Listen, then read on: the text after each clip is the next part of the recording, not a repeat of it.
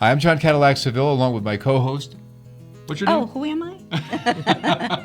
I am Joyce Logan, and you are Cadillac Man. Oh, Cadillac Man, exactly. My wife calls me different things at home, but that's another story. That's another episode. Now, Annie Lisa is our guest, and she's the author of What My Sister Told Me After She Was Murdered. This is an unusual memoir where murder is the catalyst for a profound spiritual transformation. Now, the news about your sister was internationally known and followed by the media. It was everywhere, all over the place. Yes. And we're going to learn more about that, Joyce. So let's get things going today. I mean, this is just tantalizing. Yeah, because this is really exciting because Annie has a book out about this and what John just said. And this is the cover of your beautiful sister. And it came out on March 8th, her birthday, the book. Yes. Right. And Annie, there may be some people who don't know about this story. I know a lot about this story because I was fascinated by it because it hit home. I didn't even know you were from Connecticut, but it really hit me, and I thought about the family afterwards.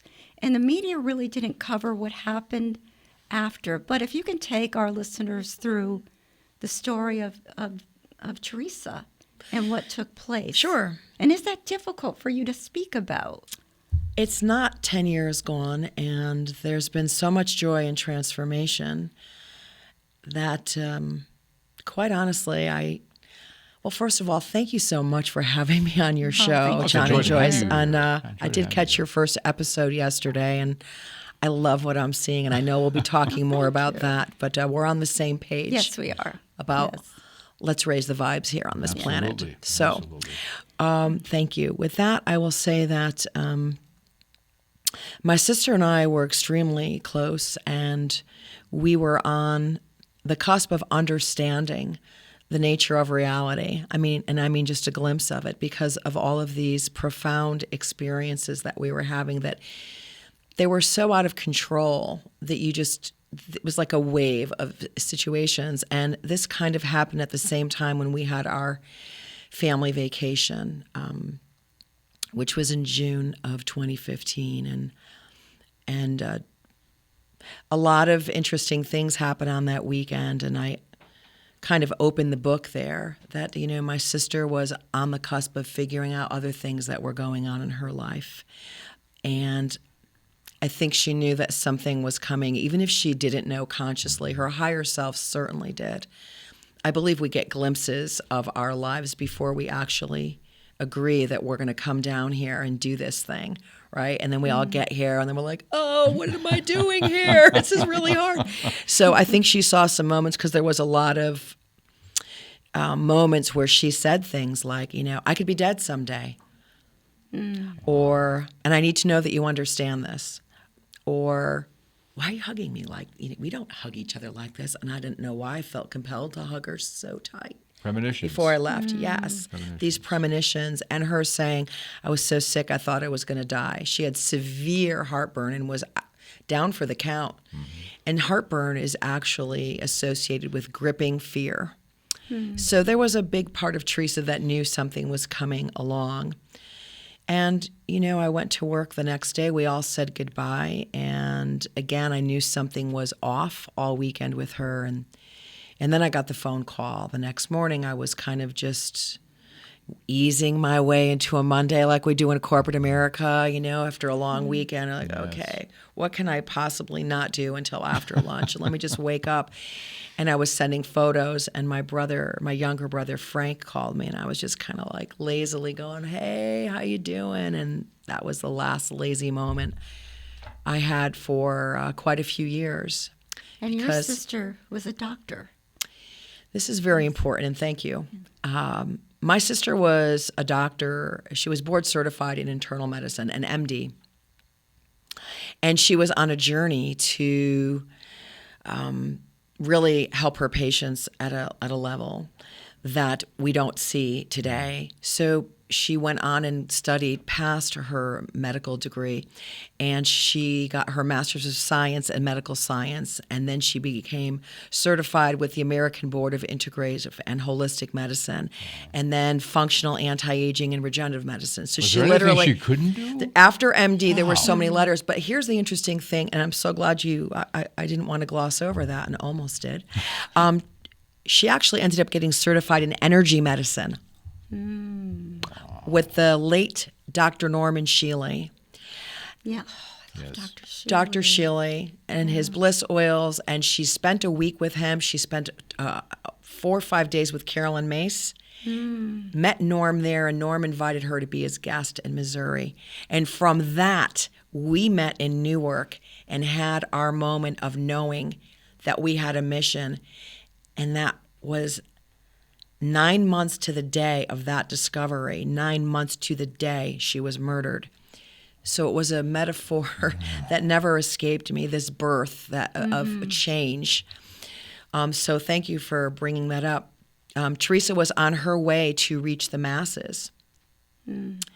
And her life was cut short, and I'm hoping this book can get her to reach the masses. Well, she is reaching the masses thanks to you. Yeah. Well, she helped me write this book, and she's been egging me on for a long time. She always did that to me when she was alive, kind of A little bit of nudge. pushing me along. Like, Yeah. are you living up to your potential? And you could do so much more. So, get to it. And when you received that phone call from your brother, this was a horrific murder. This, and I almost hate to have you relive that It's fine. and talk about it, because I know sometimes our brains and our bodies don't know the difference between it happening now and happening in the past. But I just think it's important for our listeners to know that this was international news. This was on, I think 48 Hours in 2020 and Dateline and Court TV. It was everywhere. Yes. It's one thing that the levels, my younger sister said it so well. It's like the closer the camera came into the scene and the more you learned, the more horrible it was.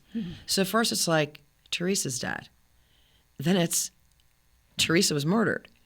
Then it's, Teresa was beaten to death with a hammer. And so it just became so incredibly overwhelming. And the fallout, because this was multi-layered in grief and fear, because it ends up being her husband, and there's children, and there's who's raising them, and we have to protect them, and we're being cut off from them, and they're being told that we're terrible people, and we can't get our, it was an unbelievable amount of stress. I never experienced such intense stress, and I started to feel it in my body and had to work with that. And it was very hard because I didn't have my sister. My sister was my doctor. And I met with many of her colleagues, and they said, we know you want your sister here, and you're not going to find what she did, because nobody had her wealth of experience and her skill set and education that brought everything together in a way. When you went and saw my sister, you were there for an hour. And if people wanted to pray, she prayed with them, because she said, my feelings about your health matter. Like, whether or not I believe that you can get well is matter. You're the one who's going to heal you. But so she was very unique, and I got very sick from all of that fear. But I got through it. I mean, I learned how to release it all. And the other thing is, you mentioned that, of course, her husband was responsible for this, but at first you didn't know that. No. So you're actually living with a person, taking care of the children who murdered your sister. Yes. And at one point, you realize this. So I don't want to, spoiler alert. Spoiler alert. So I do talk about that in that profound moment in the book when I realized, absolutely, because we all kind of were going around the table. We all end up in Florida, right? And we've got 2 condos, and cousins come down, and siblings come down, and close friends come down, and there's a crew of us in this condo complex. And at one point, we were all going around the table saying, because of course, it's the husband did it. And I said, I mean, everybody's saying that. What do you know? It's like a whodunit. Yeah, I mean, like, That you that's always so look at the obvious, husband right? first. And I Yeah. never go for the obvious. But anyway, I said, well, I don't have a motive here. So nobody could come up with a motive. Everyone's like, we went around the table, yes, no, yes, yes. And I said, no. I said, I don't have a motive. But anyway, it seems like you were living like a murder mystery, but this was real. We were living a real murder mystery. So and the the person emotions who were was high. Yeah. right. Yeah. And my sister let us know right away that she was alive and kicking, and she was with us. And again, I don't want to give a lot of the stories away in the book because they're really Well, I pretty read amazing. the book, and what I can say about your book is I feel that I am with you. I am in that house with you. I'm in the bedroom when you're speaking with your brother, and he comes to the door, the murderer, the husband, and I had to put the book down at times. I had the manuscript, and just take a deep breath because you so take us into those moments. And so tell me though, when you first started reaching out to Teresa and asking her.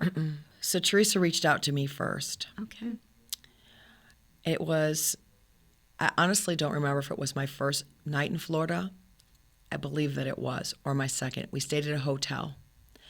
My brothers were in one room, and I was with our very dear friend, Danielle, who was mine and my sister's, like my and my sister's really close, sister-like friend, yeah. And she flew in from New Mexico. She's like, I'm going to be right there with you. And I was asleep, and this was the first time of all of the interesting experiences and connections I've had with departed loved ones. I never had a tactile experience. So I was sound asleep, and I awoke to something rubbing my back really hard in a circle to wake me up. And as I was roused from my sleep, it just became a gentle. And there was nobody in the room, and I turned over, and Danielle, I knew it was my sister. I felt her. So she was like, interestingly enough, well, that's in the book. I'll let people read that. But that meant something. She was giving me a message with that rub. So it was like, hey, I'm here. And I understand something that you were trying to tell me. And so she does something with that to make that point. There's a lot of things that didn't happen in sequence that then you understand what they meant afterwards. So Now, do you look at the situation as a gift? wow. I believe, a couple things. One, my sister, without knowing it, sacrificed her life for her children. She got them away from a psychopath. I know 100% that every difficult situation, every painful situation, anything that causes us intense resistance or even minimal resistance is an opportunity, truly, to recognize something and rise higher above it. So the gifts that came through to this, of course, the work that my sister led me to, the understanding of our mission to help support humanity during this precarious time on the planet, how to do all of that, the healing. So Joy, you said, I know this might be hard for you to talk about, and sometimes I can get right there, but it's really may seem strange, but I've never been so joyful in my life. And if you ever said that to me, anyone said, do you think you could ever be happy after you lose your sister? I'd be like, oh no, my life would be over, because we were that ridiculously close. But I can honestly say I've never experienced so much joy since that. Like, so many things have happened to open up my heart, to raise my awareness of what it means to be alive and what our responsibility of love is on this planet, and the power of forgiveness and compassion. The lessons from a spiritual perspective have surprised me. It's encouraging to hear you say that, because so many people watching right now are going to say, how can she go on? How can you still be happy? Because so many people lose loved ones and they just feel like, how can I ever be happy again? But you find a way. I mean, Joyce can And they're relate to that. angry. They're angry for years and years and years. Right. But how were you able to do that, Annie? Yeah, and I see that a lot, and I try to offer myself to help. So before I could get on with the mission, my sister knew I had to heal myself first, Right. because I was kind of a mess. Understandably so. Right. So in order to move forward in that, you have to release the trauma and the fear and the grief and the guilt and whatever is associated with the loss, because there's so many things like, why didn't I tell my sister this? Why didn't I talk to her when she called me just 4 hours before she was murdered? Why didn't I stay on the phone? Because I would have been able to tell her this, and she would have, okay. What if? So what if? I certainly could blame myself for her murder, because I had information that would have changed the course of her night. Okay? And I'm not going to give that away. So to answer your question, why is it that some people grieve for years and years and years? And why is it that I've been able to do this? And it's not just me, and it's not because I'm special. It's not anything other than my sister brought me this tool that I use, and she taught me that the subconscious is where all of our power is. And she showed me a tool that I use called Psyche, and I work with clients. But that's not the point. The point is everything is on the subconscious, and when you release it, it's quantum. Like it rewrites the program. And trauma, there's the 0 to 7 window when everything is recorded. Yes. And there's the trauma that sticks there. But I released it because my sister, this is what she told me after she was murdered. Not only did she have to tell me who killed her, she had to lead me on the mission. I thought this information about the subconscious and the information that she serendipitously led me to moment by moment was for my healing. And then I saw, oh my goodness, this is for everyone. And then I made the connection. So, and when we heal ourselves, we become in this joyful, wonderful place. And we're in this joyful, wonderful place. It has this exponential effect of everyone that we meet, right, John? Yes. When you meet that person in the coffee shop, like you said. Yeah. But it's more than just a one-to-one. It's a one-to-many, because it's a vibrational thing. And it creates unconditional love in ways that you can't imagine. And that just creates this tsunami of joy. And that's our mission.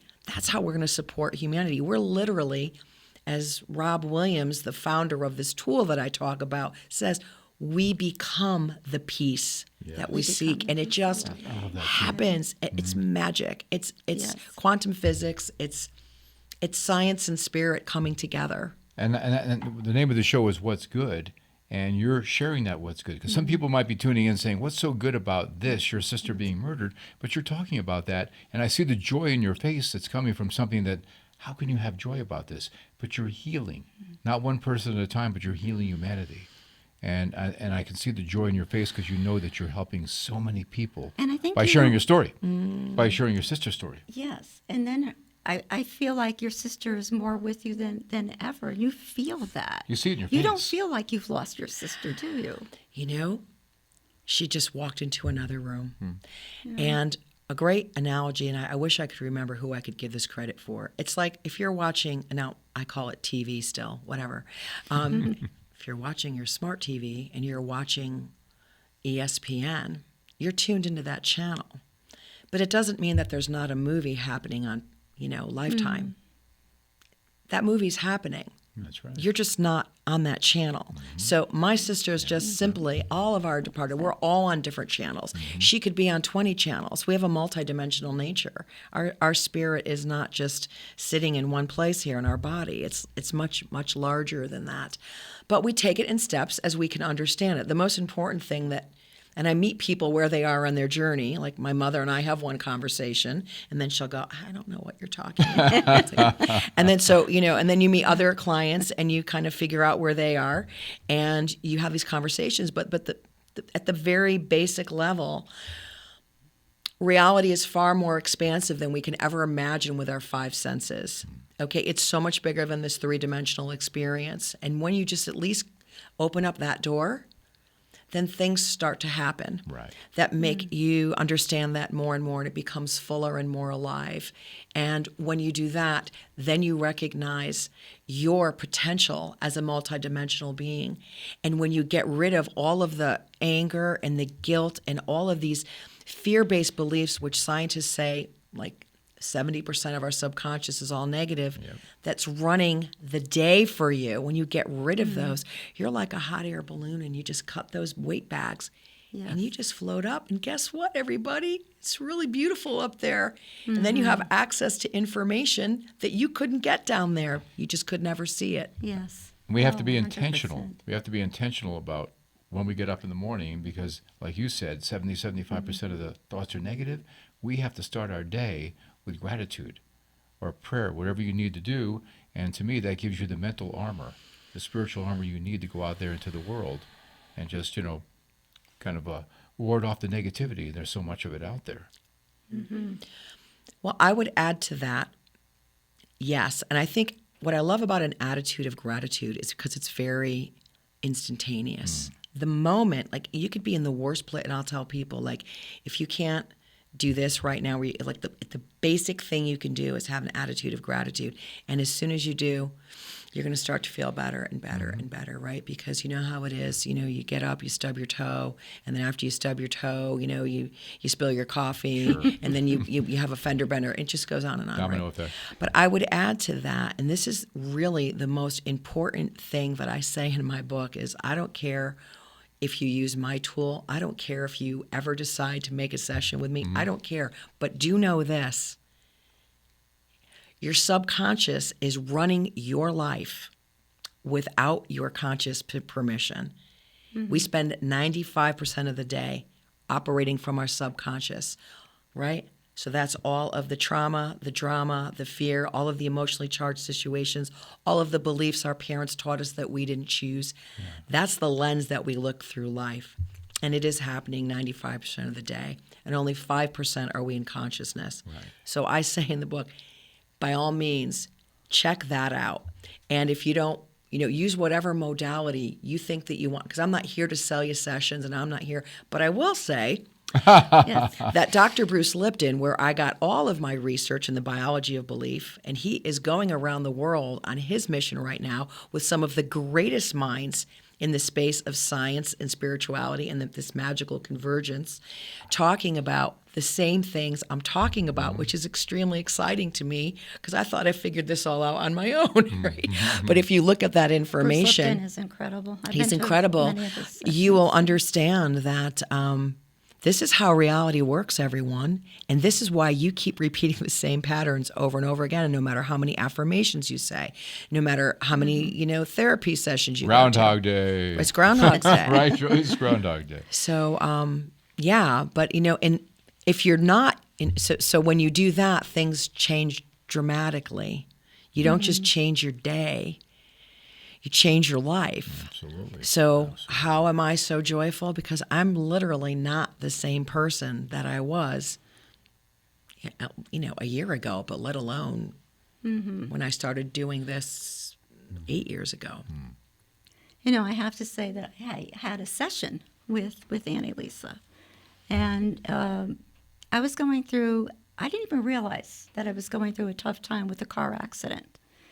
And you don't know this, but after a few days later, when I was driving, because I was having a little difficulty driving, I was very tense, when you're in a head-on collision, and then after that, it wasn't a comfortable space to be in. And I worked with Annie, and within a few days, I'm driving down my road, and I could see it's a woman in the driving the car, and she goes into my lane for like 2 seconds because she either dropped something or looked like something happened. And normally, I would have just pulled over, went home, or whatever. It was like Teflon. It didn't bother me at all, and I just thought, thank you, God. It was easy Thank you, Annie. breezy. And God said, thank you, Joyce, for stepping into your power. That's right. That's right. Yes. Andy was just a conduit, you know? But no matter how much we may all know this, we still need our guides. Absolutely. You know, whether it's Jesus, the Bible, going to hear Bruce Lipton, having a session with you. We always need that reinforcement because the world kind of bombards us with stuff. Sure. That's a really good point. You know, before I call it the moment when I woke up again and came back to life, when my sister I was kind of like, I say, blindly slapping at the light switch, trying to find it and turn it on, the light switch of my life. I was talking to this woman, and there's a chapter in the book about it called Irish Intuition, and she was pretty extraordinary. And one of the things she said to me was, I said, I have all these things that I want to do. I have all these things that Teresa and I were talking about. And she said, well, you're going to be doing your sister's work. And I was like, oh, I'm not a doctor. Well, read on about that. But the other thing, I said, look, everybody knows this. Don't they know this? I mean, they know about, you know, the things that Jesus said. They know about Bruce Lipton. They know, come on, raise your vibes. Don't they understand? She goes, and some people may, but they may not be able to hear it until they hear it from you. It's like my sister used to say, she would talk to patients and she would tell the husband and wife what was going on with the husband, and the wife would go, I've been telling him that. Teresa was like, well, he was never going to hear it from you, right? So we all resonate.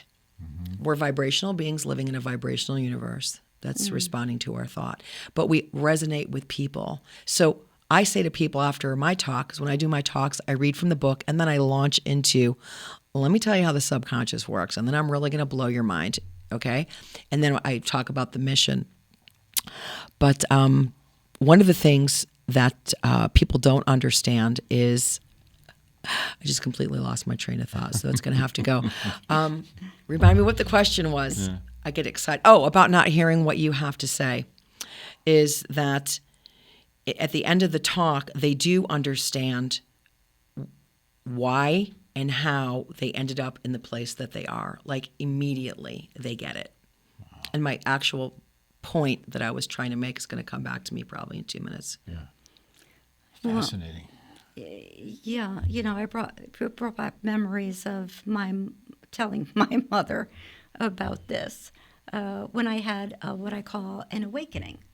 And it was, I believe Dr. Wayne Dyer called it a Satori moment, where it is, I think it's a Japanese term for instant enlightenment. And that happened to me when I was in my 20s. And then I voraciously just started reading. I went to the library and got books on St. Paul and, you know, all of that. And I thought, this is like the Pentecost. You know, I was understanding everything for the first time. And I said to my mother, I was trying to explain it, that I feel like I'm losing my life to get my life back. And she said, what does that even mean, Loss Joyce? is gain. Loss is gain. But I couldn't really articulate it because it was all happening to me at once.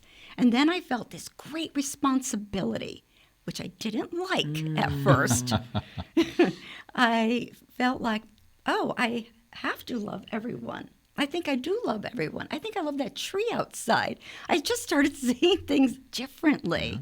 So as that vibration was raised to that level where I could understand. And then I had to realize that maybe I'm in college right now, but my mother is still in grade school. Yeah. And she's not getting this. So I had to learn to quietly let the light shine through. And not that my life was great after that. I mean, a lot of stuff happened after that. It just, I was never the same person, though. I like the phrase, when the student is ready, the teacher will arrive. Yes. You know, sometimes you'll hear something over and over again. Yes. And then, like you said before, a third person or somebody outside a relationship or a different component will say something, and then it clicks. Right. And that's probably what happened there. And I you have to be a chameleon. We have to adapt to who's in front of us. That's what I was just going to say. That we have to adapt, and I think the three of us here know that. And in fact, I think I posted something about this last night, that sometimes a person doesn't need a lecture. and doesn't need a sermon. They need a hug. Yes. They need understanding. And you need to be quiet with that person. I agree with you 100%.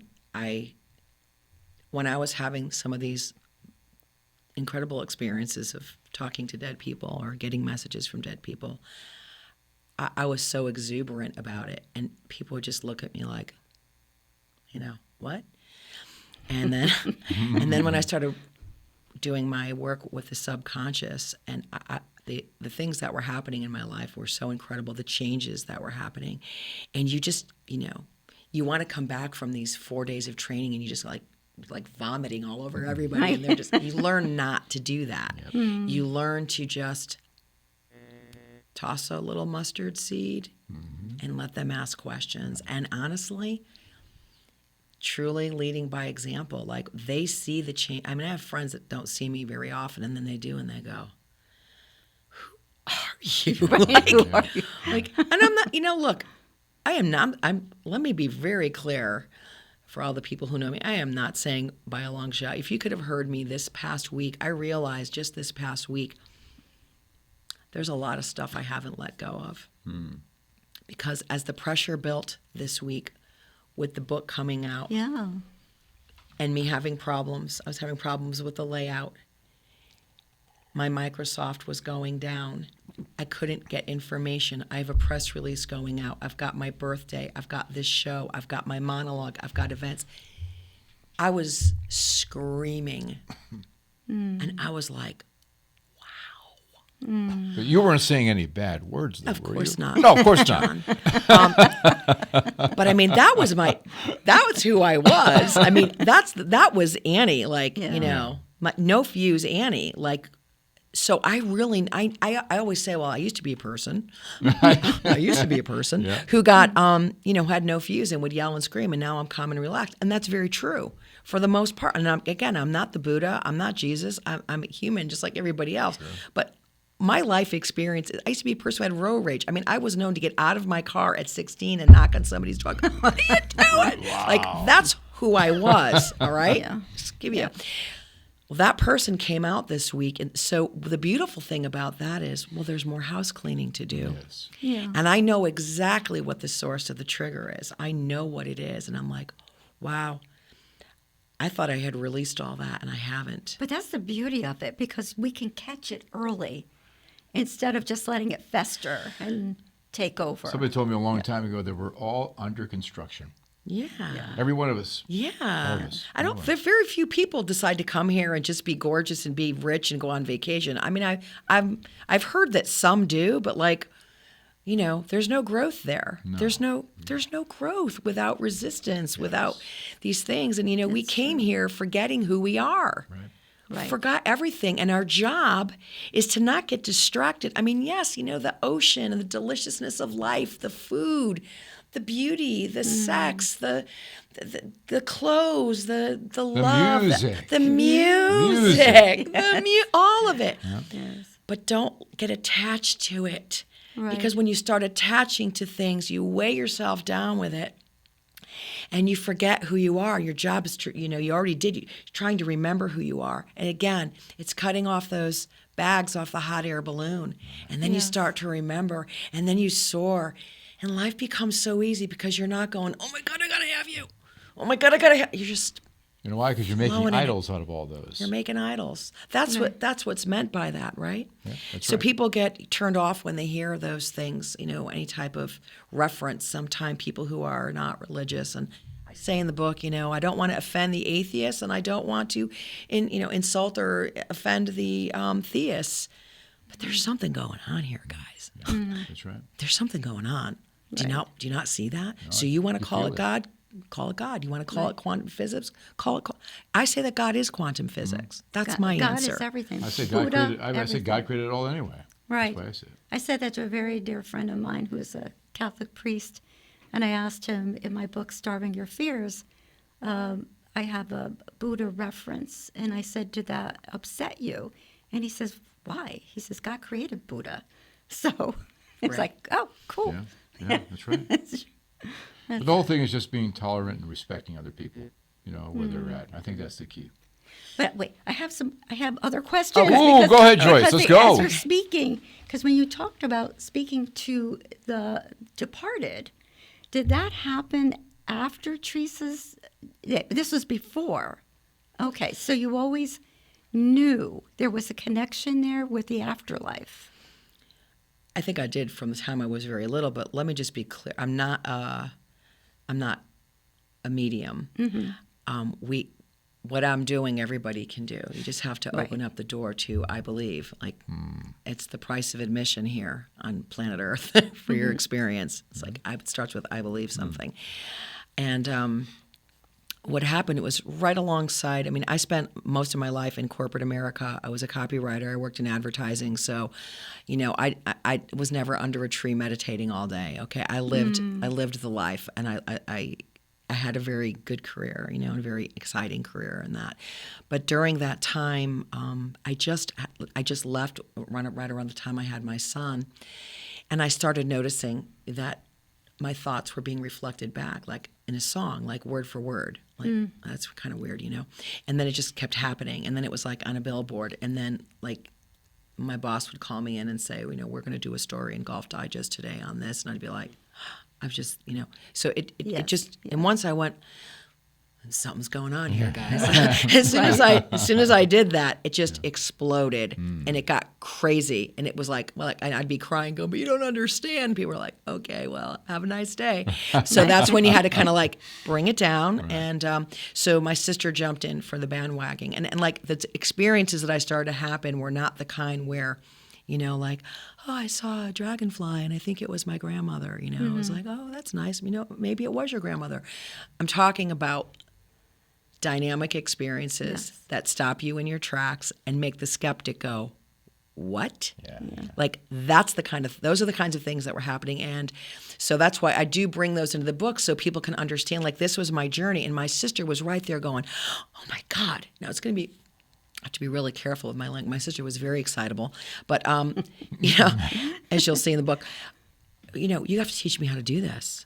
And I was like, well, this is what I did, you know, and you got to, but she was so frenetic, a genius, and doing so many things. It was only towards the end of her life when she started to have those experiences, and when Teresa had them, just like that Teresa does, as we call her, that Teresa, she did everything on steroids. So I was doing this, Teresa was doing it to the 8th power. She was a Spitfire, wasn't she? She was a real Spitfire. Yes, so once she did it, and that's when things started to happen. So that's why it wasn't like Teresa, she checked out so fast, right? So we didn't have a time to go like, let's develop a code. And, you know, and then she just said, oh, I don't need you to tell me what to do. I know what to do. And she immediately got right there. And she reached out to so many different people in our circle. Like, people are still telling me stories about what happened after my sister was murdered. So she hasn't just reached out to you. Oh, no. Other people as well. Yeah. Wow.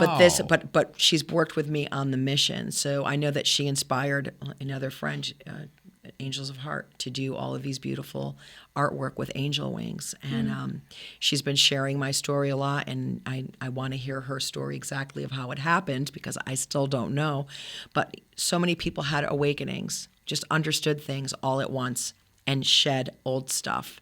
In the very beginning, a lot of that happened. But then she was with me on my birthday, and I didn't get to put it in the book, but, you know, our nickname is Dill.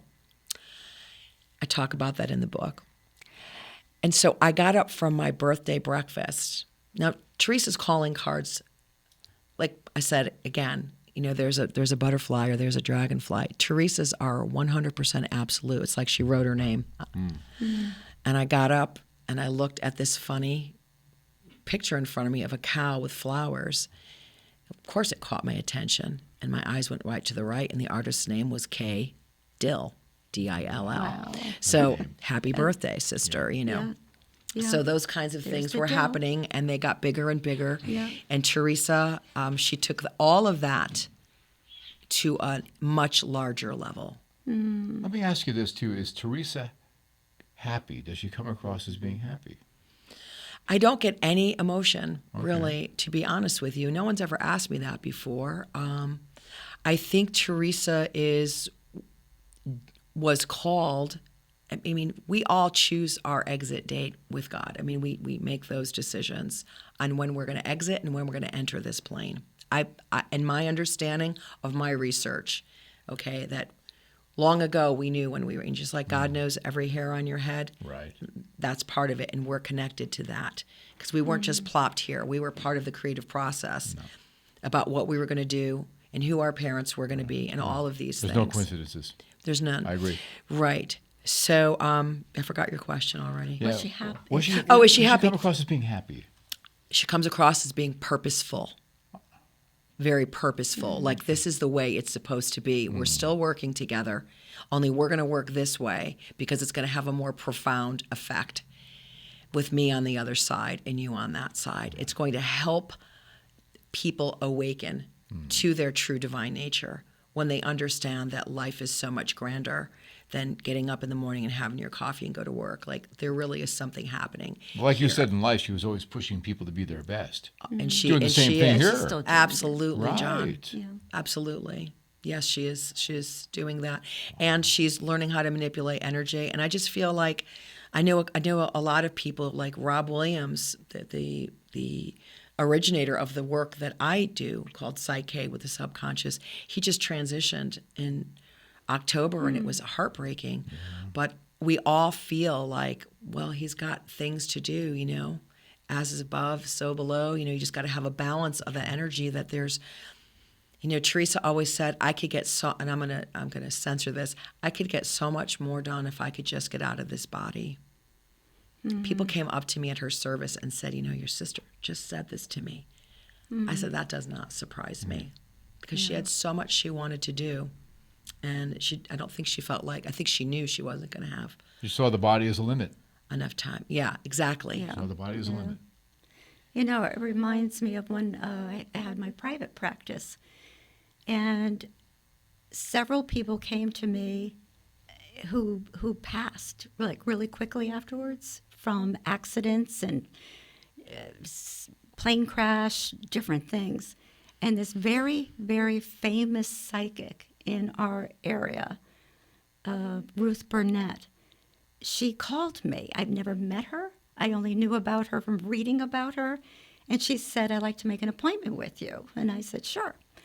So I remember my sister saying, I wonder why she wants to meet with you. And I said, I don't know, maybe for relaxation, because I did relaxation therapy using hypnosis and stress management. And she came in, and we spoke for a while, just chit-chatting. And then she said, aren't you curious as to why I'm here? And I said, well, yes, I am. And she said, why do you think I'm here?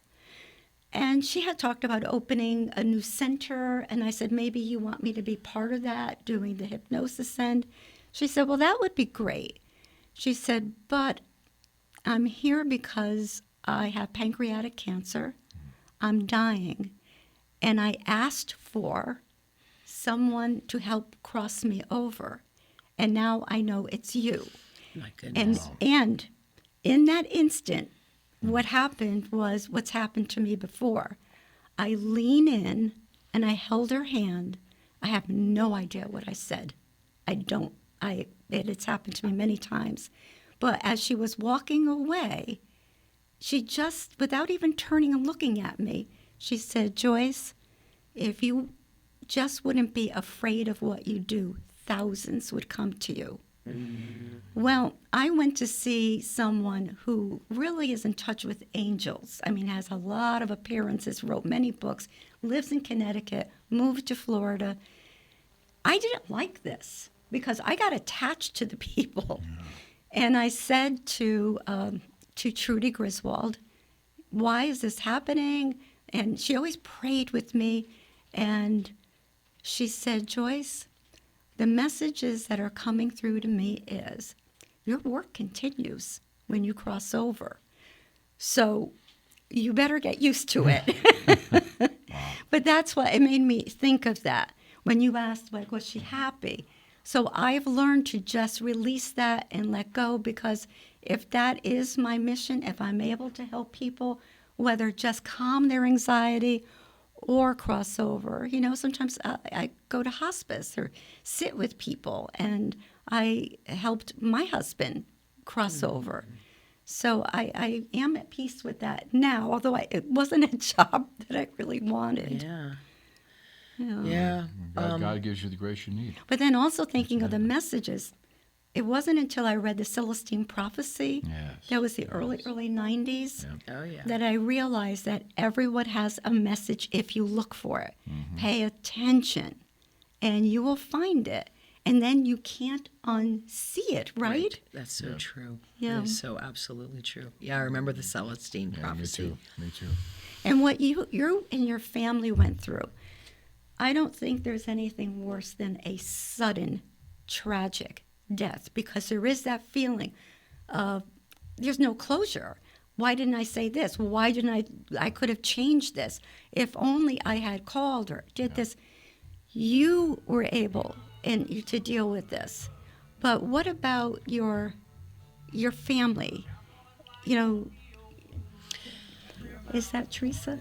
A little Waylon and Willie in the background. We were talking about music before. Maybe there's some kind of subliminal "Mamas don't let your babies what are grow the up to be lyrics to this cowboys." song? I don't know. Yeah, What's the exactly. title of this song? Mamas don't let your babies That's grow how up to be Teresa cowboys. taught. I mean, that's how she comes through a lot. Is me 100%. Really? Absolutely. Maybe this is her. Wow. I don't know. We'll have to find out Yeah. later what the name of that song Yeah, is. I love that song. Okay. But were you know how, like Jesus said, a prophet isn't recognized in their own hometown. In their hometown. That's right. Yeah. Are you kind of like that prophet to your family? Or Teresa's that? I feel like I don't know if the word prophet is the word, but maybe messenger. Like we said before, conduit. Conduit, maybe someone who has a voice. You know, my whole life I've been either performing in theater, or I've been in a band, or I've been on a stage for a marketing conference. Every skill that I've ever had has brought me, a copywriter, a writer, all of these skills have brought me forward, that I believe that I have been blessed with the gifts that allow me to be a powerful voice and presence and personality to connect with people about this message. That's what I believe, that everything just sort of lined up so that I can take this information out to the world. And because this could have happened to somebody else, and maybe they were like, oh, I can't write a book, or, oh, I could never stand up in front of, you know. That's a really good point, because every step we have in life leads to where we're going. Yeah. There is a master plan there. I definitely feel that. Yeah, and you're the right spokesperson for this. And My mother is over the top delighted, because she said, you're going to reach the masses for Teresa. Because Teresa's message was, your emotions are making you sick. Teresa ended up with Dr. Bruce Lipton, and she brought him to me after. And the only reason why I didn't click off, it's all in the book, is because I said, well, wait a minute. I only know about this guy from Teresa. Maybe I'm supposed to watch it. And that, it changed everything. Wow. It literally, it changed my life. Yeah. And it's why I was able to write the book, and it's why I'm sitting here, because of that. yeah, So this must have helped your mother greatly, because that's her daughter. therapeutic. Yeah, and those two were like, I mean, all three of it, those are my girls, you know. And Teresa, you know, living in Florida, she didn't get to see my mother a lot. So when my mother went to Florida, Teresa was like, I've got her all to myself now.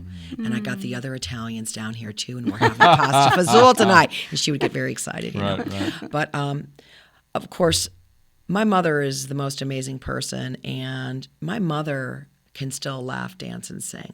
She lost her daughter. She's not walking around shaking her fist up to the sky and gnashing her teeth. Does she feel She's that living life. connection also? She, with my mother and Teresa, Yes.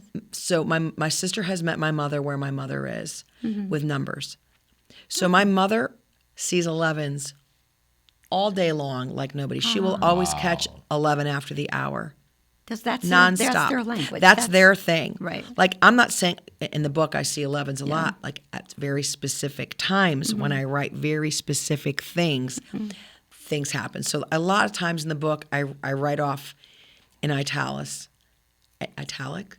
Italic, yeah. Yeah. Italic. In parentheses as well, to say, this just happened while I was Yes, writing this yes, right now, and I right. can't believe it. I was doing this, and I turned around, and so that happened to me all throughout the book. But for Teresa, it's much larger things. I mean, in the afterword, I tell a story, about, and I'm just going to tell it, okay? Oh, great. Tell great. it. Yes. So I'm driving, and that morning I had a profound experience, and recognizing that, you know what, I don't sit down every day and go, Tree, you got a message for me? I don't do that. But I know that I should, because she's probably sitting there going, finally, like, I'm waiting for you. You gotta participate here. Sometimes she'll just break right through if it's really important. But I don't really take the time to sit and go, okay, I'm going to be, quiet and still and meditate. But I got this new protocol with Psyche, and it involves doing that. So I thought, well, you know what? I'm going to start reaching out to my sister during this protocol. Like, I hate to say kill two birds with one stone, but I got a lot going on. I'm going to do it. And I did that morning. And I said, I'm going to make it a practice to just go, Therese, do you have a message for me every single day? And I'm working on that now. And I finished my little declaration and proclamation to my sister. I ran downstairs, put my yoga pants on, and got in the car. I was going to yoga. And I'm driving along listening to a station, and I kept saying, I don't want that song. I want to sing. I feel like singing right now. I don't know the lyrics. I don't know the lyrics. I don't know the lyrics. In the middle of it, I went, oh, yeah. And by the way, I told you I was going to start reaching out to you. So I'm reaching out to you. So feel free to give me a sign. I literally said the word sign, and whatever song was on was singing the name Teresa. Really? Wow. Full volume. And I just went, like, that's the kind of stuff Teresa does. Right. Yeah. She's like, oh, yeah, I'm right here. Yeah. So, and the thing is, I wasn't even supposed to stop on that song, because I was looking for a song that I could sing to. That was my job in the moment. And then I got interjected with this thought, where did that come from, that I had that thought? Well, read the book, you'll see. And when I said that, and you're going to show me a sign. So I said, show me a sign, Teresa. And it took me so long to write it because I wanted people to understand exactly how magically it happened.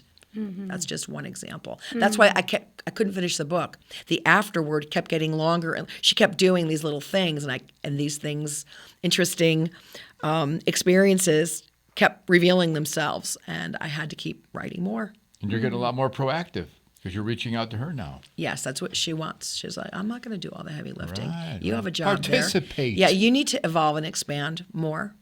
Yeah. I read a book years ago. I think it was written in the 50s, but listen to the title of this book, The Dead Are Alive. And it was actually about a group of scientists who built this room with recorders in it. And the purpose over years and years was speaking to those who have departed. It's a fascinating read, fascinating.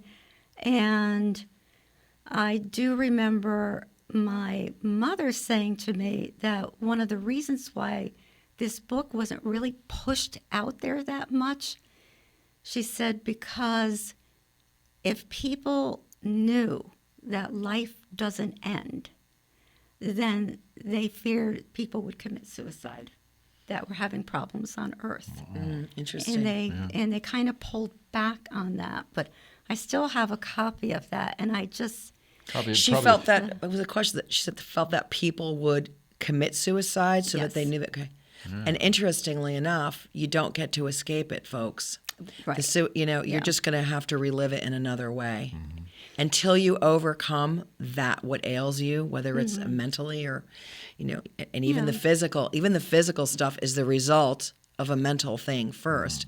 That's what I was trying to say before. Okay. Okay, here we are. Yeah. My sister's message was that our physical ailments are the result of unresolved issues, negativity, because that energy, everything has energy, right? It has to go somewhere, right? Yeah. So if you don't release it, it's going to make its home in your cells, and that's what Bruce Lipton was saying. It's like people think it's your genes, right? It's not. It's your It's your cells that are responding to your thoughts, but not your conscious thoughts, all of the stuff on your subconscious. I totally agree. I believe you can heal yourself with your thoughts. And what does disease mean? It means lack of ease. Dis-ease in the body. Exactly. But if you have ease, you can reverse that. But it doesn't mean that you're never going to die. Of course. Because we will cross over. So people have a hard time with children who are born with some kind of disease. And then they get into, is this generational? Are you suffering because of blah, blah, blah? And I don't believe that. I mean, I believe that things happen, but some of these children and the stories I know, they are blessings. And that's why they came here with those diseases, to teach everyone something. To teach. There's always a lesson to be learned. Right. And people say to me, well, if we create our own reality and we choose to come here, then you mean to tell me your sister chose to exit like that? I say, absolutely not, but she knew it was a potential. But I believe your sister was already out of her body She was, absolutely. Yes. I absolutely believe that. Absolutely believe that our spirit leaves the body. I've studied many cases over 30, 40 years now of near-death experiences, and they're all pretty much the same no matter what country they're in. And they were gone. They were watching what was happening. Yes. So what do you think? What do you think the next chapter is? I don't know. So people keep saying, well, now that you've written your first book, my friend Charlene says you've got 2. My friend Cindy today said you're going to do another one. For right now, my goal is to get this book out to as many people as I possibly can. It has a lot of legs. The murder is the medicine that makes the sugar go down. Oh, no.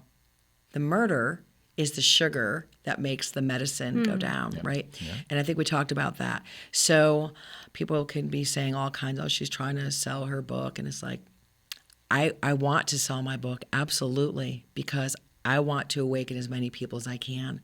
And I'm hoping that I could get on as many podcasts as I can and television shows as I can and really reach the masses for my sister.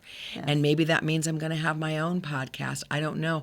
I'm doing some events and then something, and I learned to listen to these things in me, and I will ask for more guidance. Said, you know what? Because I'm pitching to all these places like, hey, well, have you been reviewed yet in a periodical? No. Oh. I'm like, no, but James Van Praagh reviewed me, and he's like a New York Times bestselling author. And he's, a master spiritual teacher, and he reviewed my book. That's okay. So I said, you know what? It's not working. You have a few events happening. Now just sit back and see what comes your way. And the right people will come your way. And what did you say, John? We always say you said it the other day. When something is meant to be for the good of the world, and this is ripe for the time, everyone, look around you on this planet. Okay, we created all of this. I know you might not want to take responsibility for it, but we are conscious creators of our reality. That's our God-given birthright. Yeah. Okay, and we did create this unwittingly through subconscious programs. Okay, so we have the ability to change all of that, and that's the mission here. And now more than ever, we need this information to wake up. You said when something like this comes, God breathes on it. That's right. And magical things happen. And I know magical things have happened. Kelly White, amazing intuitive. She's the one who led me to Michelle Sample, my amazing publicist and marketing person, who led me to James Van Praagh, who got me to Jennifer Weigel, like all these amazing people in this space. So I'm just going to sit back, John, and I'm going to see where I'm led and not going to let ego get in the way. And there's only one ego anyway. Right? And just trust and know that, my sister is going to continue to give me the messages as she has so far in the most surprising, amazing ways. And I can't wait to hear people's feedback, which I'm already hearing, people having experiences, like sending me messages on Facebook. You're all of giving these people incredible things. hope. You really are. Let's And show a copy of that. Pick up a copy of this book on all platforms, right? Amazon. Right now it's on Amazon, and I'm learning how to get it elsewhere. So right now it's Amazon only, but stay tuned for more. And the show is called What's Good? And you were thinking probably in the beginning, how's a murder going to end up being good? But there's been actually a lot of good that's come out of this. A lot of good came A lot out of joy, and we really appreciate you watching What's Good. Please tell a friend about us. Watch us on all the platforms, and God, we just wish you nothing but the best. And Annie, we'll have you all so your much. information for people to get in touch with you. Terrific. Because I know they're going to want to get in touch with you. Thank you very much. Thank you so much. It's been for a being pleasure, on. you guys. Thank you. And we'd like to thank all the folks behind the Yes. scene that are making this happen, David, and also Sabella, we call her affectionately in the back, and we appreciate everybody because Funny. we're sitting here on the camera, but a lot of people behind the scenes put this together and we help them. We're just so grateful. Bye for now, everyone. Bye for now.